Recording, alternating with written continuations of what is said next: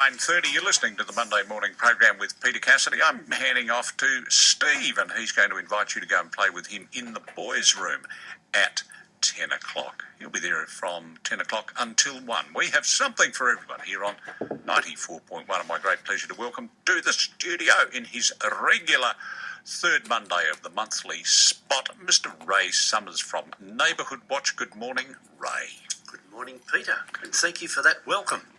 Look, it's always my great pleasure, and you've brought a little bit of sunshine today. What's it like outside? I haven't poked my nose out for a while. It is beautiful outside, but I find it warm inside. Inside? Yeah. There's a little bit of breeze, outside movement, which I enjoy. Nice. Well, it's going to be a nice day. The rest of the week's turning a bit ordinary, but the temperatures are staying up a bit, so we're on the way. The first 2 days are pretty good. I have a Christmas concert at the Hamer Hall this morning. Oh. I'll fly for that. Yes. And then tomorrow's Probus lunch at Box Hill Golf Course. Right. Oh, that's a great venue. Good. Yeah, great venue. Wednesday, I can't think what's on Wednesday. A busy week by the sound. Oh, yes, it'll be busy, no doubt. Coming into Christmas. And for Christmas, you're having a family lunch, or what are you up to on Christmas Day? We're camping at home, but on Christmas Day we're going down to our regular alternate Christmases. It's my turn to go to my brother's place down at Balnarring. Oh, nice.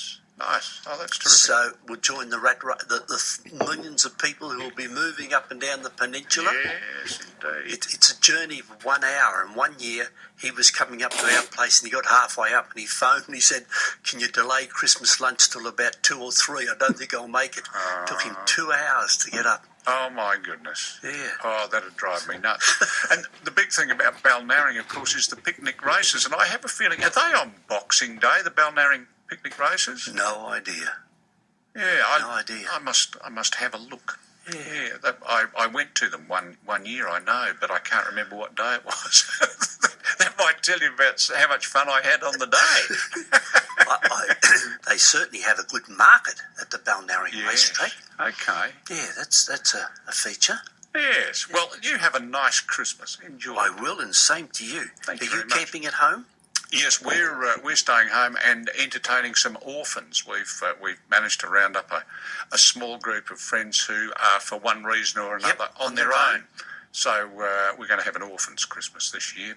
Excellent. But my wife said, well, if we're gathering orphans and you're not taking me out for Christmas lunch, you're cooking, sunshine. Cop that. Big challenge. Big challenge. Well, you can buy a lot of things from Safeway. Exactly. Well, Peter, I've got, I don't know whether it's bad news or good news, but something I do want to remind people about is warning as child lock-ins rise. Ambulance data reveals that 22 children were locked in cars over the last 12 months in Whitehorse. The worst suburbs, Box Hill and Mitcham. Now, we won't blame all the Box Hill people and the Mitcham people, because some of those people might have come from Vermont or somewhere else. Anyway, across the state there was a 10% increase on the number of children locked in cars. Can you believe it? Leaving a child in a car on a hot day can be deadly.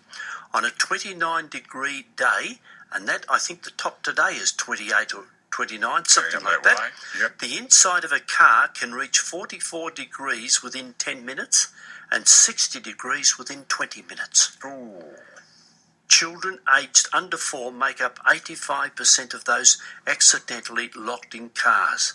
I question that word, accidentally locked in cars. They're locked in there so they don't annoy somebody while they go shopping, or play pokies or whatever. I'd agree. Yeah. And the final line I have on that is, I think locking children in and losing their life is the fine. But if you get caught and you've only half done it, the fine is $3,690.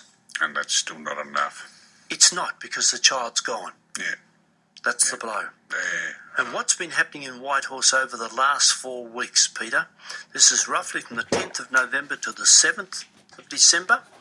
Residential burglaries, 54 of them. And if you think you see one in the action, in motion, call 000.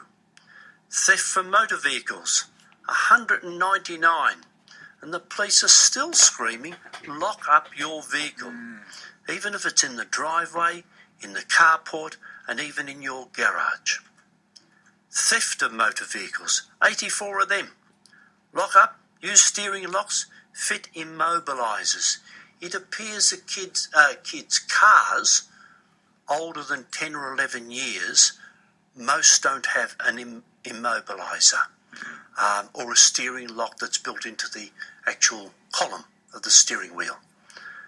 So we're back to using steering locks, but they're valuable. And theft,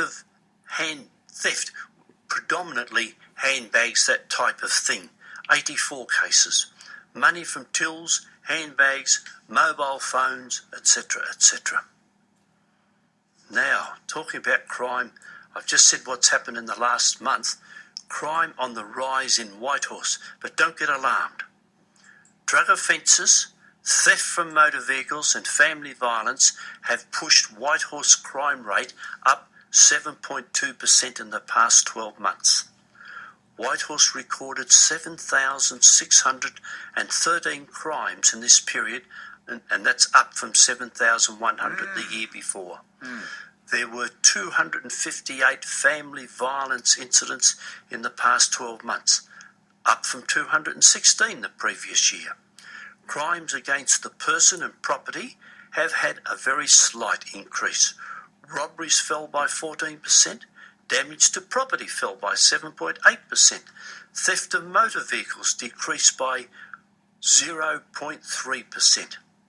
On the roads, 3 people died and 390 were injured. This compares to 1 fatality and 349 injured the year before. Acting Inspector Rod Phillips said that the stats show Whitehorse continues overall to be a very safe place to work and live. State overall crime rate increased by 3.3%. So we're still living in a safe part of Melbourne. And I think a lot of that's due to certainly the police activity, Neighbourhood Watch, and other voluntary groups who are very conscious of keeping our area secure and advising people what to do to be safe. Some security advice, and this is about cars and locking up. Thieves are targeting certain models, including old Nissan Pulsars and Skylines. Well, I can understand you pinching a Skyline to go speeding, but I don't know that you'd worry about a Nissan Pulsar. No, not the sort of thing I'd be looking for. So go for a roar. Fitting a steering wheel lock is a good deterrent to any potential car thief. If possible, park your car in a garage or in a driveway behind gates and lock it. Consider installing sensor lighting outside and remove valuable items. And I am not sure that many of us know about this. Speed limits in Victoria. Most speed limits are being simplified by removal of 70 and 90k zones down to 60 and 80 kilometre zones, respectively. Do you know Central Road that runs from Springvale Road to Blackburn Road on the south side of the line? I think the speed limit there must have changed 10 times. Yes. And then with school, and you drop to 40 for school times, man, I think people avoid it. You cannot speed while overtaking. The Melbourne CBD is a permanent 40-kilometre area. Did you know that? Don't think I did. I don't think I did, no. No. You are required to keep left on roads with a speed limit over 80. Courtesy might suggest you keep left at all other times. I agree. Good. Some metropolitan areas have permanent 40-kilometre zones. Roadwork speed zones are strictly enforced. And I have a grump against that. You're driving, particularly in the country, and you're confronted with, you've been doing 100, 110, drops to 80, drops to 60, drops to 40, and you can't see a workman in sight for miles. There's nothing. No. And you'll sit in that channel for under that 40 thing for about 5 kilometres, and there's nothing happening. There's nothing. No. Nothing. I agree. That very thing happened to me last Tuesday morning on the way down to Phillip Island. That very situation. I Yes. thought, what's this about? No wonder people get annoyed with speed limits. Absolutely, yes. Why are you doing this to me? Yes, yes. Crazy. Yeah. And the final point, this is the bad news. On the spot, speeding fines range from 185 and 1 demerit point up to $738 and 8 demerit points with a 12-month licence suspension. Whoa. Man. Oh, now that's something, and I read during the week somewhere that our chief speed cop, Commissioner Hill? had knocked back the idea of doubling demerit points for traffic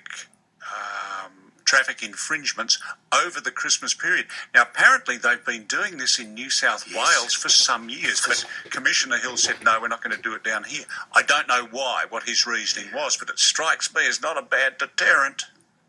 Maybe. My only concern is that we all get have this heavier penalty while the holidays are on, and then when we go back to normal, we can go a bit faster because there's only half the demerit points. I think, the problem is on for 52 weeks of the year, not for 4 or 6. Quite so. Yeah. Now, what am I? Stay alive in 2015, and I guess we all saw an article in the Herald Sun a couple of days ago. The road toll is 240 so far this year, 20 more than 2013, and police expect there will be another 10 will die by the end of the year. Yeah. Well, I guess we know about a couple of them already. We do indeed. In the last month, or the month of November, 29 people died. Yeah, So extraordinary. we're battling. Yeah. Drugs emerge as a key road killer in 2013. Data shows 39 drivers with drugs in their system died, 15 more than alcohol. That's starting to be I'm surprised that the figures are so low, but look at how drugs are. That's more than double of the drivers who died in accidents had drugs in their system, way above alcohol. Assistant Commissioner Bob Hill's message is, this is a time for celebration when we spend Christmas with family and friends. And it's not a time for arranging a funeral, and certainly not arranging a funeral for young children or visiting loved ones in hospital. Yeah, very Totally true. agree. Yeah, yes, yeah, very poignant words. Yes, so true. Thank goodness we have hospitals for those who are sick. We don't need to be visiting people as a result of a car accident. No, certainly Peter, not. can I remind you about our contact points? Please do. Neighbourhood Watch Whitehorse website is www.nhw.com.au/Whitehorse. Our email address is whitehorse@nhw.com.au, and our postal address is Neighbourhood Watch Whitehorse, Laburnum LPO, Post Office Box 5005 at Laburnum 3130. And 2 things I would like to just mention. One is Merry Christmas to you and the 3WBC staff. Thank you very and much. to all your listeners. I thank you. And my final one is, I've seen this around a couple of times. It's appealing to people to drive carefully. It's not only cars that can be recalled by their maker. How true. How true.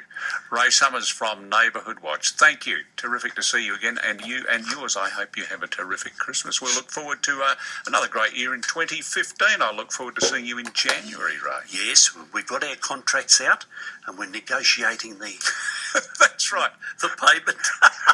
Our people will be talking to your people. Yes. Good on you, mate. Peter, Thanks a lot. thank you indeed, and all the very best to your family, and enjoy, but stay safe. I will indeed. Thanks, mate. Bye for now. Thank you, Peter. It's just coming up to 15 minutes.